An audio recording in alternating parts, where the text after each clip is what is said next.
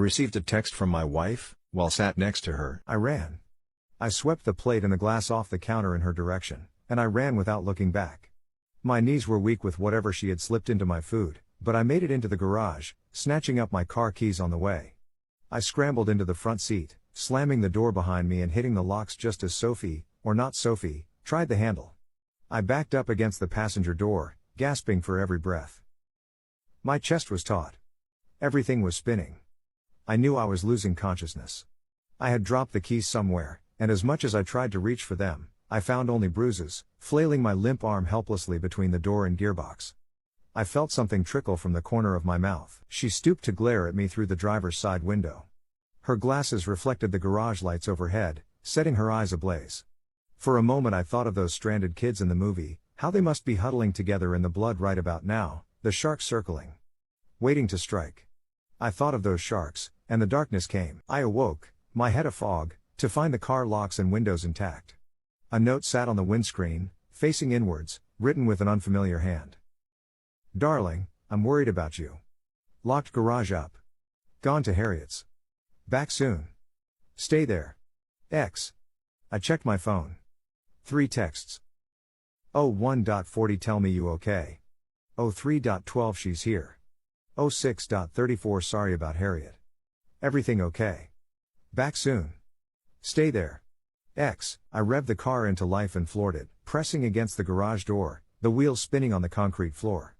The door didn't budge. I backed up as much as the garage would allow, and slammed my foot onto the accelerator. Metal met metal with a sickening screech, but the door hardly gave it all. Again I reversed and surged forwards, 3 times, 4. 5. I could see a crack of light as the door weakened.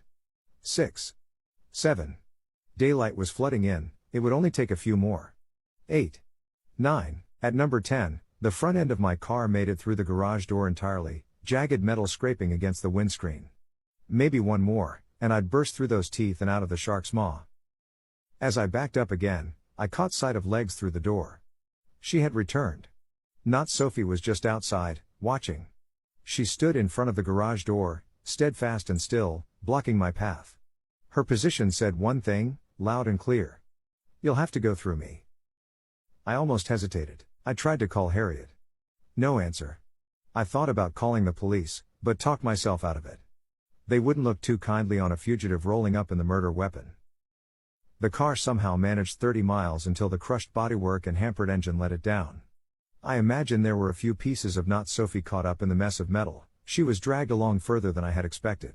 Abandoning the mess of a vehicle by the roadside, I set off into the woods. The forest was deep, and I took a meandering route through. On the other side I eventually came across a car rental company, took their most affordable option, and headed off in a different direction. Days have passed, and I haven't been tracked down.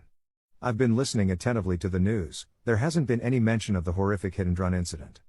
I can only assume that means a victim hadn't been found. In my dreams I see the red smear in the road I left behind. I see the misshapen husk of not Sophie. I see a swirl of those black worms she tried to feed me. I see her broken carcass haul itself upright, bent and disjointed. I see the worms fall from her open wounds. I can't keep going like this, living out of an overdue rental car, waking to screams that echo around the truck stops. I hardly recognize myself in the mirror, my eyes are sunken, my skin pale. My hair is coming out in clumps. I look hollow. I've never suffered from nosebleeds before, but it feels like I've always got a tissue in my hand, fighting a constant stream. Whatever damage those black worms had begun to cause, I doubt they're finished with me. I don't know what happened to my Sophie. I don't know what that thing was in her place. I need answers. Or else, I need this to be over. I need to go back.